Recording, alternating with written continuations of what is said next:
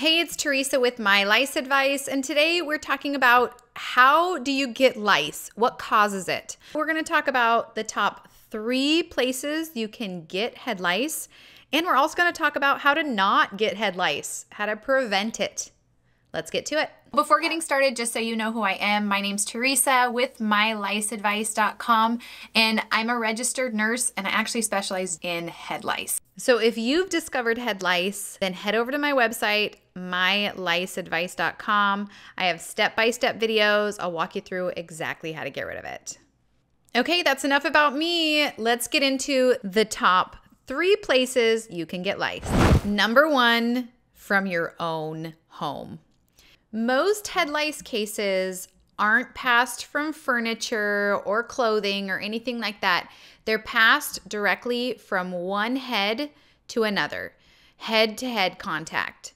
Over 90% of head lice is spread this way, but the place that it is spread the most is within a family. So if you found that your child has head lice and you have more than one child, be sure to check all of your children, because head lice spreads between siblings about 80% of the time. The other person that head lice spreads to is mom and dad. If a child has head lice, there's a 50% chance that it's spread to their parents. Number 2, you got it from a close friend. Head lice move really well in the hair. They have these little claws on the ends of each of their legs that make it so that they can grip onto hair really well. So if your hair touches someone else's hair that has head lice, then that's the prime time for head lice to move from one head to the other. And the people that you're usually head-to-head with or hair-to-hair with are the people that you're close to.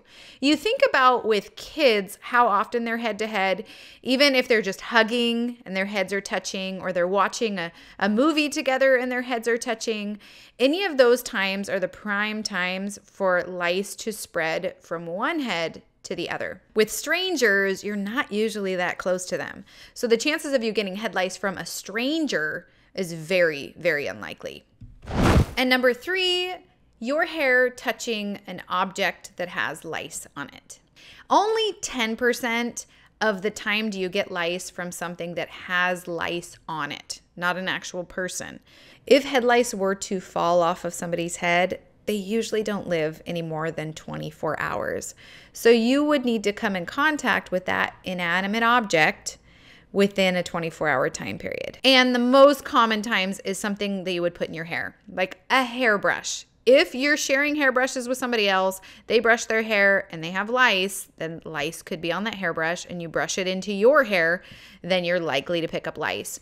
Other places would be sharing jackets or sharing other kind of clothing where one person was just wearing that clothing, let's say a hat, and then they put the hat on somebody else's head.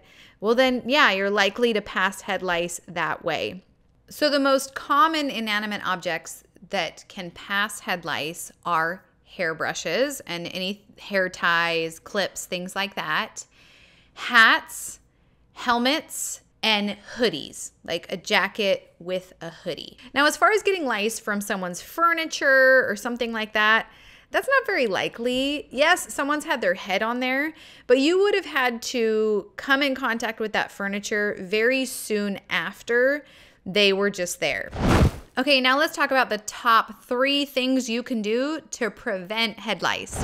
Number 1's the most important, and that is if you have head lice, actually get rid of it. What I find for a lot of people is they have head lice and they do some over-the-counter kit or something, and then it comes back and they believe that they keep getting it back from someone else or from furniture or their house or something like that, but that's not the case. Head lice today have become immune to those over-the-counter kits. They don't kill all of the lice bugs, and they don't take care of the lice eggs. And what I recommend in those situations is to go to my website, myliceadvice.com. I have a step-by-step video system. I'll walk you through exactly how to get rid of it so it'll be gone for good. Number 2, minimize head-to-head contact. Now, this is really tricky for young children But the most common times that kids are head to head is when they're hugging and things like that. So if you can teach your children not to do a bunch of head to head contact like hugging and snuggling and things like that, that's going to really help to prevent them from picking head lice up from their friends at school or things like that.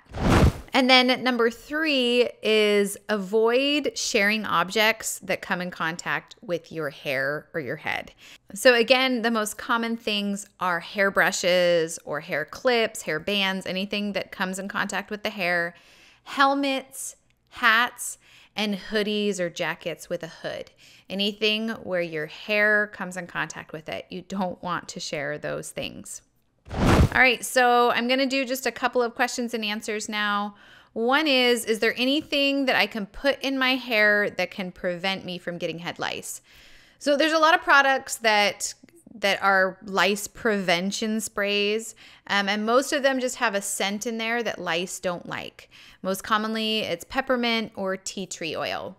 And those things do help to prevent head lice if you spray them in the hair consistently. The whole point is that the scent actually needs to be in the hair. I recommend a spray over something that's like a shampoo or something like that. And that's because if you have the scent sprayed in the hair, then you have more of the scent in there than shampoo, which you just wash out. And if you're looking for a lice prevention spray, I'll put a link in the description below. Are head lice more likely to spread in clean hair or dirty hair? It doesn't really matter if your hair is clean or dirty. They do prefer clean hair because it's easier for them to move around and they can smell the scent of your blood. So they prefer clean hair, but having really dirty hair doesn't really prevent you from getting head lice. Now, if you're worried your child has lice, then head over to my website. I have a free video tutorial called How to Check for Lice. I'll put a link in the description below. And if you do have lice and you'd like some help, then head over to myliceadvice.com. There's loads of free resources there, including a free house cleaning checklist specific to head lice. So that's it for today. Be sure to like and subscribe below. And if you have a comment, feel free to leave a comment. And if you have discovered lice, then head over there and check out that step-by-step video system. I'll see you there.